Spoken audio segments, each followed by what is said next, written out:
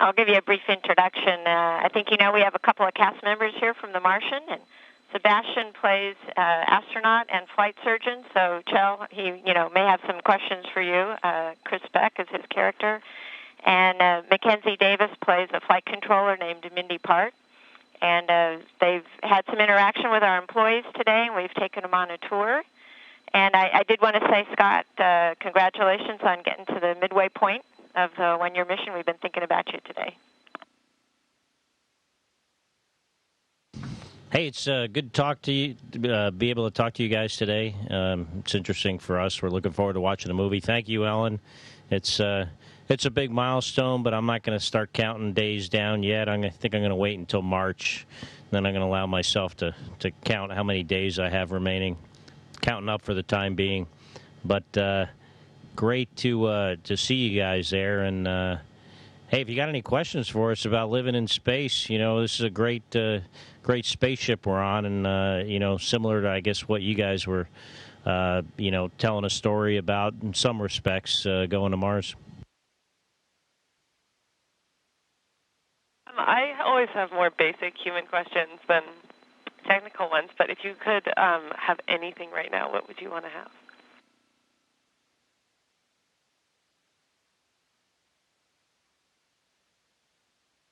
Could be food, could be a hug. The ability to leave here. I think something people don't recognize is that, being on the space station is probably a lot like being in some kind of, confinement, like isolation. You can't go outside, even though you can see outside and the Earth's incredibly beautiful. Not having the ability to leave is a pretty, an all-present feeling. And although I'm not claustrophobic at all, it would be nice to get outside. And I'm not talking about outside like on a spacewalk, but, put my feet in the grass and, feel the wind on my face kind of outside.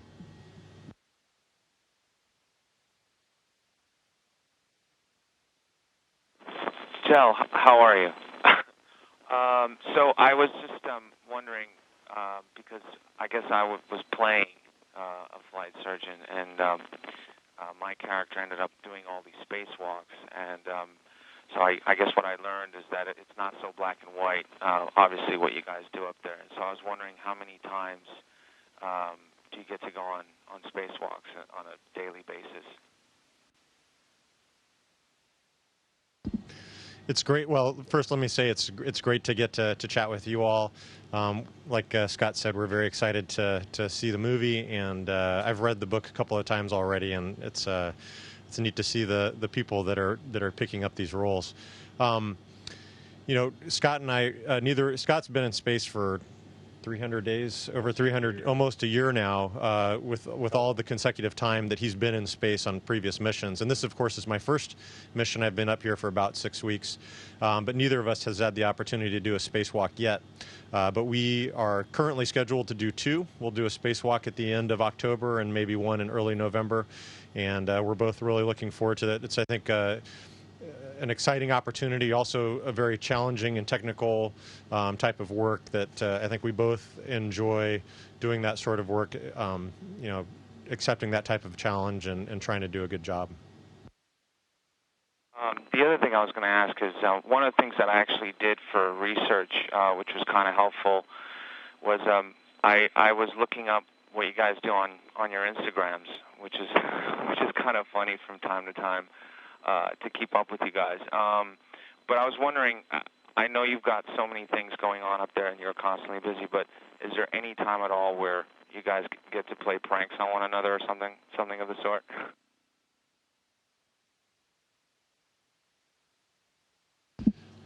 We haven't played too many pranks on each other, although before we started, where did I put it? We were playing, we just made up a new game.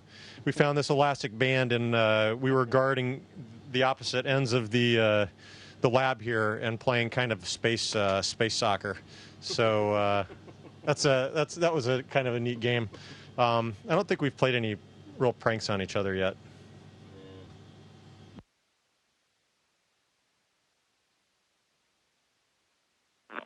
Sorry, so what determines when you said you had 2 spacewalks scheduled? Is it for repairs or maintenance, or it's just to give you a treat? No, definitely not for a treat. And the people who determine that are kind of like, Ellen and the folks that work for her and the people on the other side of her, the flight control team. And, in some cases we're fixing stuff that broke. In other cases we're doing, kind of like upgrades to the space station. We have a bunch of different tasks coming up, running some cables outside for future hardware that's going to be on the space station. We're, fixing a radiator. It's not broken, but we need to put it back into its original configuration. We rewired it because we thought it had a leak at one time. So stuff like that. The spacewalk just takes so much work to get ready to do. The suits are very complicated. The procedures are very complicated. It's going to take, us a couple of weeks to get ready to do it. The ground, much, much more time in the planning and preparation for them. So it's not something that we can just do at a moment's notice. Although, if there was an emergency kind of repair we needed to do on the outside, we could probably pull it off within a few days, but that's not something we normally do.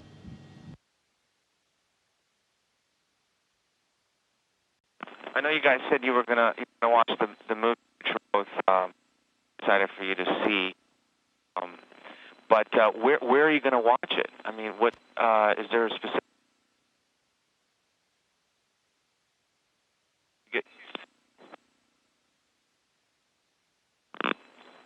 Can you hear me? Yeah. And if so, do you guys? We lost. You got me. Okay. And if so, do you get to watch anything else ever at all, or? We lost part of your question, but I think you were asking basically how do we watch things up here and what do we have to watch. We used to just be able to watch things on the laptops, and so we would gather when we were having dinner on a Friday night. We'd gather the whole crew together, and we'd be kind of huddled around a laptop to watch a movie.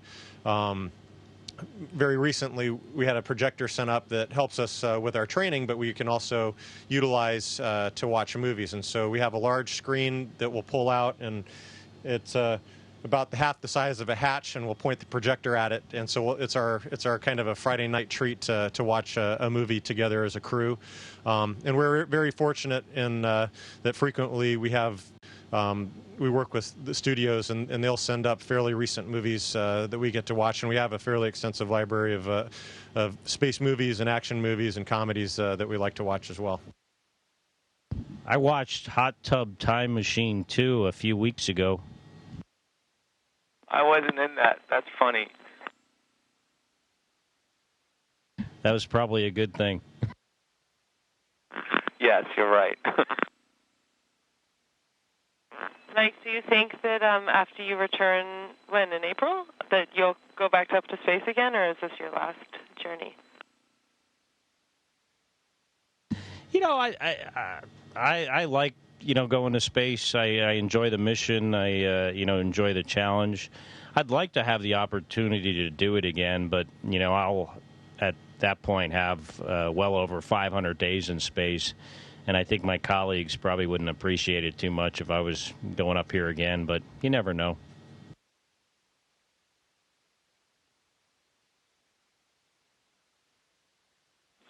What's the first thing you're going to eat when you come back down?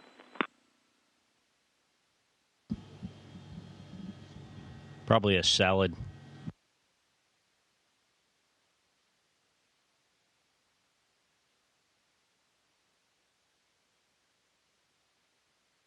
Yeah, I'll ask you guys a question that we get asked a lot.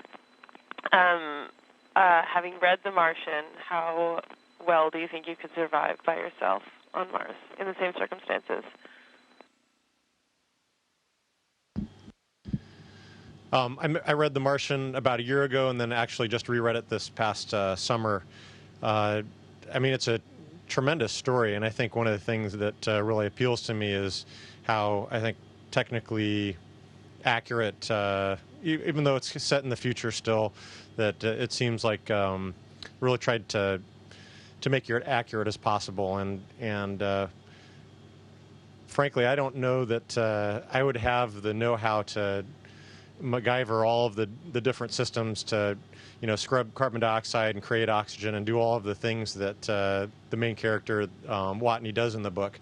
But I think it does really speak to the mission that and the astronauts that we send to Mars. Right now on the space station, we have a tremendous support from the ground. We have a logistics chain with cargo vehicles that are coming up every few months that bring supplies and food and all sorts of cargo up to us.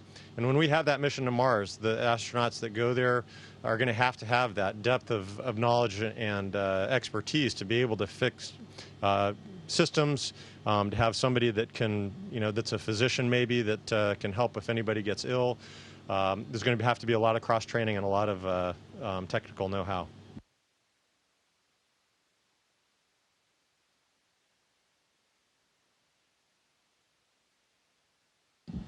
Hey, well, to add to what Chell mentioned, a lot of the systems we have up here are something that we're going to use someday and build upon them to go to Mars. It's really an amazing space station we have here, and the sustainable energy, if you want to call it that we use to survive. We have these huge solar arrays outside. They make electricity. We take our urine and we turn it into water, obviously using the electricity to run the hardware to do that. From that water, we make oxygen.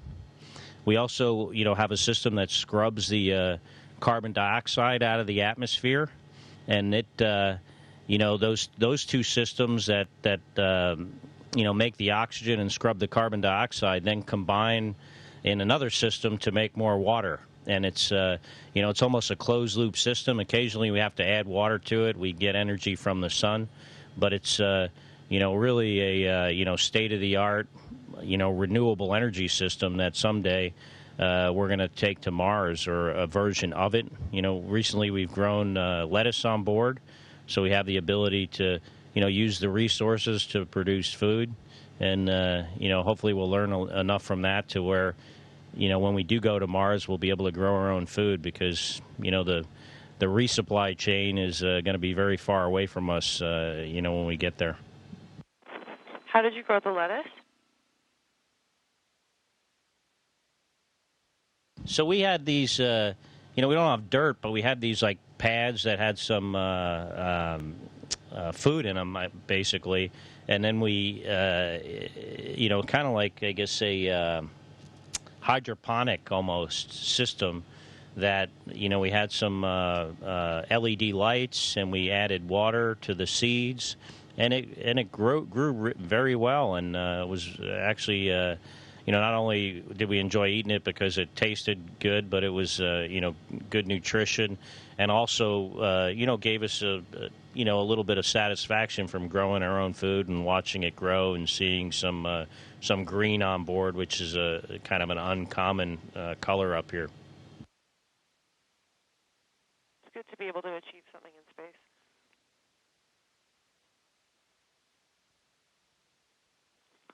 Talking to Hopper down here, he was telling us how at certain points in times you guys had mice up there, or spiders, or just other living things with you, like ants. Do you currently have any of those right now, or no? No, we don't.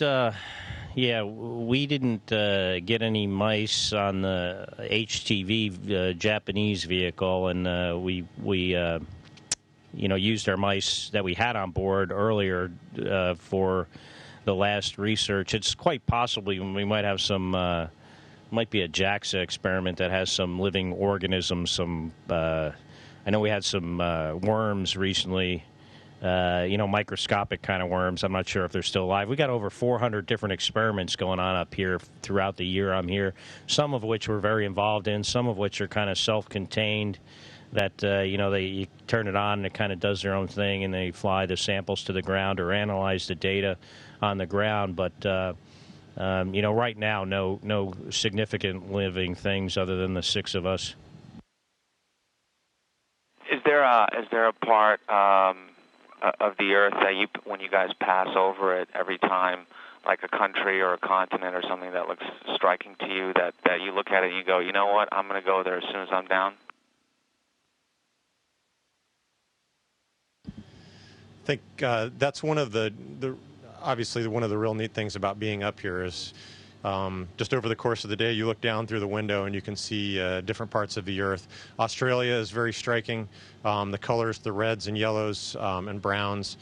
So you always know when you're flying over Australia. Africa also, you can tell when you look out the window. And I always enjoy flying over the U.S. and flying over places where I've lived and where I have friends. And kind of wave and recognize that have friends and family below. One of the real striking things about flying over the Earth, though, is when you look outside, almost invariably it's blue and white. Just how much water covers the Earth and the clouds, always changing, always beautiful. It's very, very striking when you look outside.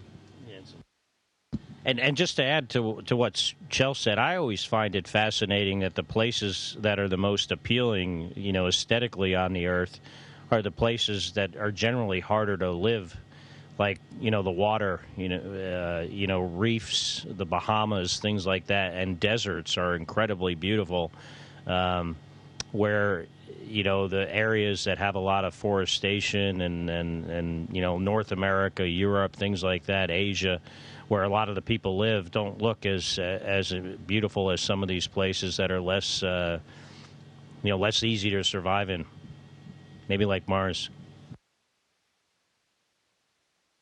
Well, we hope you enjoy the Mars that Ridley Scott created, because it looks pretty real. and I suppose finally you don't get very tired of doing those flips. I suppose. Is it just something you keep doing throughout the day because you can?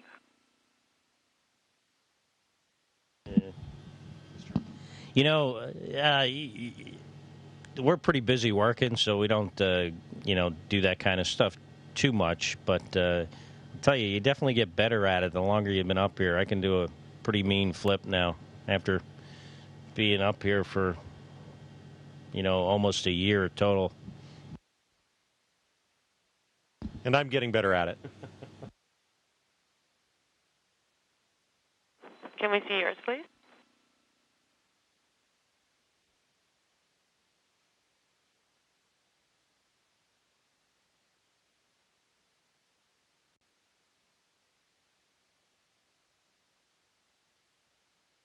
No, that was great. I know.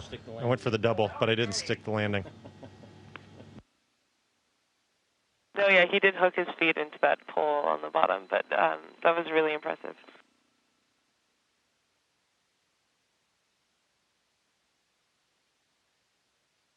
Have you ever gotten lost in the space station? It's a funny question. It's a fairly small, habitable volume. So we have about the interior volume of a 5-bedroom house at this point. What's interesting, though, is you really kind of pay attention to how perception changes when you're up here on the space station. And so things are built so that this is kind of up and this is down. The lights are on the upper surfaces, and so you really kind of orient yourself in this position over the course of the day. But if you find when things are dark and if you kind of turn yourself upside down, it actually is fairly easy to get very disoriented and maybe lose your way a little bit. There was one evening where I went into the cupola, and where it's when it was very dark outside, and the cupola is our 7-bay window that looks down towards the Earth. And I was remarking to myself, "Wow, it is really, really dark. I can't see the Earth. I can't even find the handles to hold on to." And then I discovered that I was actually in one of our logistics modules, and I wasn't in the cupola at all. So if it's dark and you're disoriented, it's possible to get lost.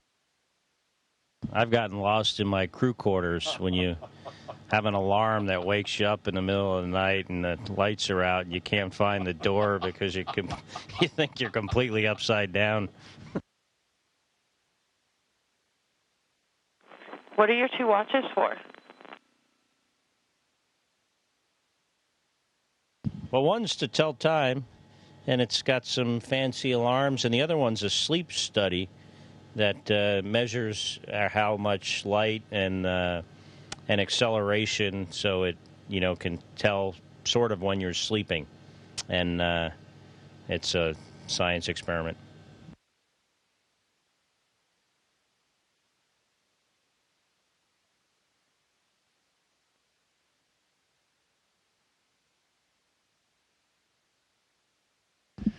I see my family and my wife and children down there, so I was just waving to them, and I think they're probably very excited to meet the Winter Soldier. Hey, Daddy. Hey, Alexandra. You guys got out of school a little early, I see. That's awesome. I got to miss weight training.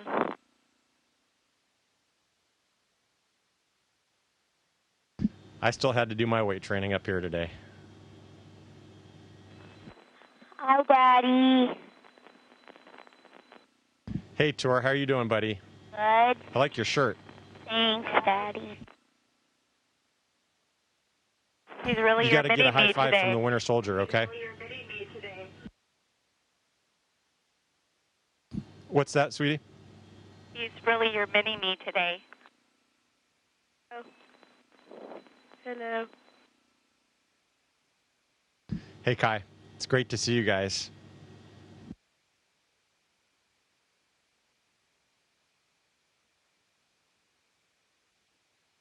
Hey, babe. Happy hump day. Happy hump day. Hey, good to see you. Good to see you as well. Thank you. Thank you.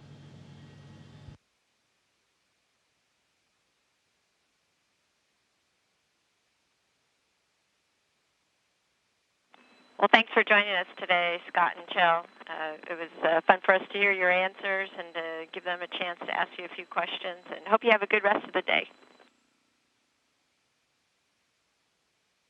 Yeah, thanks, Ellen, and great talking to you guys. And our day is almost over. It's almost 8 o'clock at night here, so we're going to probably have some dinner and watch something on TV for a little bit and then go to bed. But really enjoyed talking to you and hope the movie does well, and we look forward to seeing it up here hopefully soon.